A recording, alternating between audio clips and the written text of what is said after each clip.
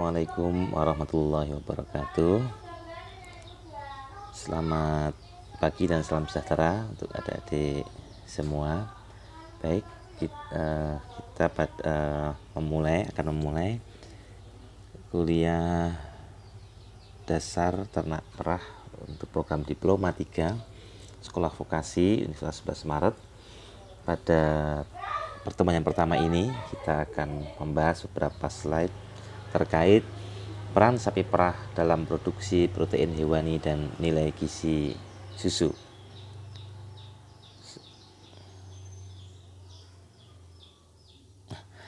Baik, nilai gizi susu sebagai bahan pangan manusia.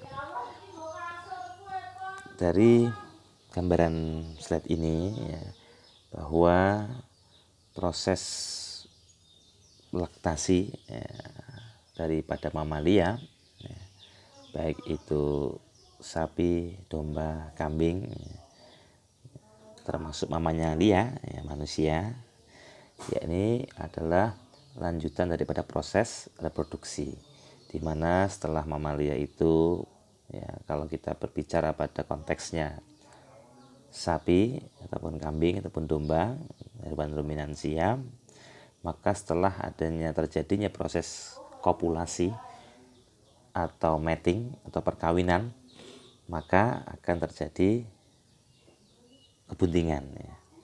Saat kebuntingan, maka fetus itu ya, transfer nutrisi ya, melalui peredaran darah, transfer nutrisi dari induk ya, kepada fetus ya, atau transfer makanan nutrisinya melalui organ yang bernama plasenta ya, selama proses dalam kandungan. Kemudian setelah itu, kalau pada sapi kurang lebih 9 bulan 10 hari sebagaimana manusia, maka terjadilah proses partus atau beranak.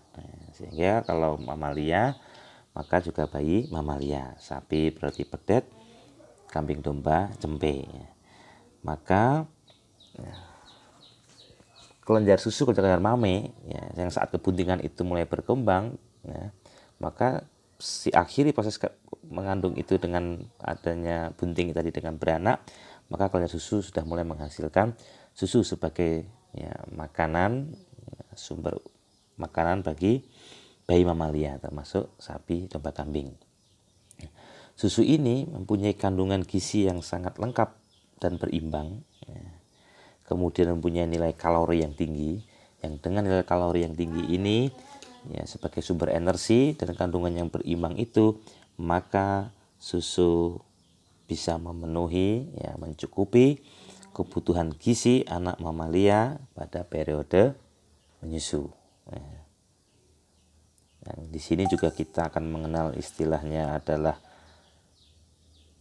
kolostrum, ya, ini susu di awal kelahiran. Itu tidak ada yang membantah ya, dari beberapa penelitian pada 0 sampai 3 hari itu, maka nilai antibodi ya, imunitas ya, antibodi daripada susu itu sangatlah tinggi. Tapi juga ada yang referensi mengatakan bahwa kolostrum itu periode 1 sampai 7 hari. Ya, namun pada hari 1 dan ketiga itu dari hasil penelitian antibodinya sangat tinggi sekali. Ya, ke-4 sampai ke-7 sudah menurun, tetapi masih lebih tinggi dibandingkan dengan periode setelah hari ke-7. Karena tingginya nilai antibodi pada kolostrum, maka kolostrum ini biasa kita kenal dengan maternal immunity atau imunitas yang diberikan oleh induk atau maternal. Ya, sehingga kolostrum ini juga sangat penting ya, harus diberikan kepada ternak yang baru lahir agar dia mempunyai daya tahan tubuh yang baik, terlebih yang namanya periode baru lahir ini atau pada ini ya, adalah periode kritis dalam pemeliharaan, termasuk periode kritis dalam pemeliharaan sapi perah karena daya tahan tubuh yang masih rentan ya. Nilai gizi susu ini mempunyai paling tidak ya 3 komponen yang penting dalam susu adalah protein, kalsium, ya, vitamin A dari vitamin B2. Ya, protein daripada susu cukup tinggi, kalsiumnya juga tinggi, sehingga nanti dalam manajemen ternak perah kita bisa melihat bagaimana dalam ransum itu harus ada cukup kalsium, karena ketika termasuk pada manusia ya, ketika nanti adik-adik ya sudah menikah di koloni kemudian mengandung, maka kalsium itu perlu diperhatikan, karena kalsium itu bila tidak dipenuhi dalam pakan pada ternak, makanan dalam manusia, maka kalsium untuk pembentukan tulang daripada fetus tadi itu diambilkan dari kalsium tulang. Termasuk susu, saat proses laktasi, sapi menghasilkan susu, kambing menghasilkan susu, itu susu juga mengandung kalsium, sehingga perlu dipenuhi kalsium ini juga dari pakannya. Karena kalau tidak, maka kalsium itu akan diambil dari tulang, sehingga kejadian sapi perah yang berproduksi tinggi seringkali ketika dalam pakannya tidak diperhatikan kalsiumnya, maka begitu beranak lahir maka sapi itu ambruk jatuh ya, karena yang disebut penyakit hipokalsemia, kekurangan kalsium, sehingga harus diinjeksi ya, dengan kalsium cukup tinggi sehingga sapi bisa segera berdiri. Ya, protein susu itu banyak sekali mengandung macam asam amino ya, dan terutamanya adalah asam amino esensial yang lengkap. Disebut esensial asam amino berarti asam amino yang dibutuhkan oleh tubuh ya, kalau ini konteksnya ternak, tetapi tidak bisa diproduksi oleh tubuh itu sendiri, sehingga asam amino esensial itu haruslah dipenuhi dari luar, yakni dari makanan atau dari pakan. Kemudian susu itu ya 1 guat atau 0,946 liter itu mencukupi kebutuhan protein dari anak sampai dengan umur 6 tahun. Kemudian 60% anak tumbuh sampai dengan 15 tahun, 50% ya, kebutuhan bisa memenuhi kebutuhan remaja usia 15 tahun sampai 20 tahun, dan 44% kebutuhan protein daripada wanita hamil atau ibu hamil ya. Tetapi perlu kita ketahui yang namanya protein itu ada dari hewani dan nabati. Hewani terbagi juga, ada yang dari ternak dan juga dari ikan. Kemudian untuk kualitas susu ya, ini dalam kita sebagai peternak ya, sebagai nanti adik-adik konsultan ya, sapi perah yang kita pelihara itu haruslah ya, selain kuantitasnya, produksinya harapannya baik, tinggi, tapi juga harus kita perhatikan kualitas daripada susu yang dihasilkan, karena adanya standar atau persyaratan susu itu dikatakan baik, layak dikonsumsi, dan juga diserap ya, oleh industri pengolahan susu ya, IPS ya. IPS itu contohnya ya, ada Nestle, ada Bendera, ada SGM ya, karena 95% ya, susu yang diproduksi itu akan dikelola oleh IPS ya. Sehingga harus perlu kita perhatikan, yakni kandungan minimal kadar lemaknya 2,8%, kadar solid non-fatnya SNF-nya 7,9%, BJ susunya atau berat jenis susu 1,028, angka kuman maksimum yang diizinkan 3 juta per cc, dan methylene blue reductase test adalah 2,5 jam. Kurang dari 2,5 jam tidak layak.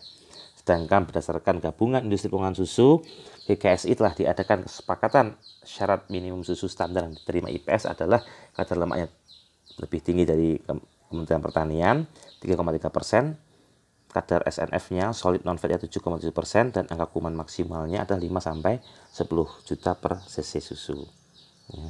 Kadar lemak ya, ini perhatikan sekali 3,3%, berarti kadar lemak ini dipengaruhi oleh apa adik-adik? Dipengaruhi oleh prekursor daripada kadar lemak adalah asam asetat atau C2. Ya, asam asetat atau C2 ini ya, itu sumbernya adalah dari serat kasar ya, sehingga sapi perah itu harus mendapatkan cukup serat kasar dari hijauan ya, sehingga kenapa sapi perah itu ya, sebaiknya ya, dalam ransumnya 60% paling tidak itu hijauan dan 40%-nya konsentrat, karena 60% hijauan itu dibutuhkan yang pertama untuk proses fermentasi ya, dalam rumen, dia pakan utamanya serat, karena sapi perah adalah long life animal. Sapi perah itu dipelihara dalam waktu yang lama, 10-12 tahun. Kalau terlalu banyak konsentrat ya banyak nanti bisa terjadi asidosis, fili-fili rumennya akan rusak. Itu kita akan diskusikan mungkin di chapter selanjutnya. Nah, tapi untuk merawat menjaga kesehatan rumen ini diperlukan serat yang cukup, ya. Sehingga selain itu serat ini juga sebagai prekursor daripada lemak susu, karena serat ini adalah prekursor, adalah bahan dasar pembentuk, ya, lemak susu, karena dalam skala kasar kaya akan C2 asetat. Asetat ini adalah prekursor bahan dasar pembentuk daripada lemak susu. Yang rasa dan lemak susu ini mempunyai nilai ekonomis yang tinggi adik-adik, karena semakin tinggi kadar lemaknya, taste susu itu juga semakin enak, semakin disukai, nilai gizinya tinggi, dan juga harganya juga lebih baik. Kemudian pada chapter kali ini yang terakhir, kita sampai slide yang keempat ini adalah keunggulan ternak ruminansia.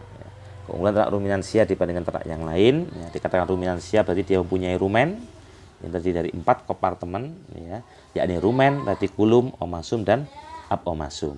Ya, apa fungsi dari 4 kompartemen ini akan dibahas di selanjutnya. Jadi keunggulan ternak ruminansia adalah apa? Mampu, ya, mengubah, ya, mengkonsumsi, ya, bahan non pangan, rumput, leguminosa, ya, hijauan, tanaman sisa pertanian, bahkan dedak padi, dedak gandum, dedak jagung, dedak padi, bahkan urea, ya, dalam jumlah tertentu tentunya. Penggunaan urea ini sangat dibatasi, ya, sebagai sumber nitrogen dan protein. Dari bahan non pangan ini, ya, oleh ruminansia tadi, ya, diproses dalam tadi, dia mempunyai, ya, organ digestif seperti rumen tadi, ya, di sana ada mikrobia, mempunyai enzim selolitik, ya, itu mampu, ya, merubah, ya, energi dari bahan non pangan tadi untuk memenuhi kebutuhan protein dan energinya. Sehingga apa? Ruminansia dari inputnya mengkonsumsi bahan non pangan, bahkan sisa pertanian, dirubah dalam tubuhnya tadi bisa menghasilkan produk yang sangat bermanfaat, yakni daging, susu, ya, kulit, ya, semuanya bermanfaat. Bahkan dia menghasilkan kotoran pun, feses, ya, teletong, itu pun juga bernilai, ya, dimasukkan ke digester menjadi biogas, bermanfaat, ya. Sisanya seluruhnya bisa untuk pupuk, bisa untuk pakan ikan, ya. Diproses jadi kompos padat, bisa dijual, ya, untuk tanaman, menghasilkan, bermanfaat. Urinnya bisa juga kita proses menjadi pupuk cair ataupun pestisida cair, ya, menyemprot hama.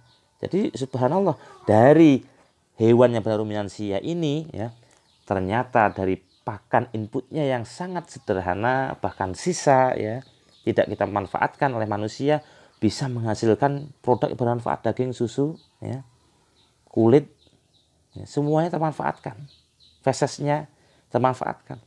Oleh karena itu kita juga belajar dari sini filosofis, bahwa filosofisnya apa? Kita manusia diciptakan dengan sebaik-baik bentuk, ya, laqad khalaqnal insana fi ahsani taqwim, bagi beragama muslim, diciptakan dengan sebaik-baik bentuk, ya, paras kita lebih baik, tampan, cantik, ya. Kita diberikan akal pikiran, mengkonsumsi dari makanan minuman yang baik, tentunya haruslah bisa produktif, bisa menghasilkan, memberikan kemanfaatan bagi sama manusia ataupun bagi makhluk. Jangan sampai kita yang inputnya bagus, luar biasa, nilainya tinggi, tetapi tidak menghasilkan, sehingga besar pasak daripada tiang. Ya, adik-adik sekolah, ya, inputnya bagus, ya, prosesnya harus baik agar outputnya, outcome-nya adalah mempunyai nilai yang bagus, mempunyai skill keahlian yang baik, yang mumpuni, mempunyai, ya, dapat memberikan kemanfaatan bagi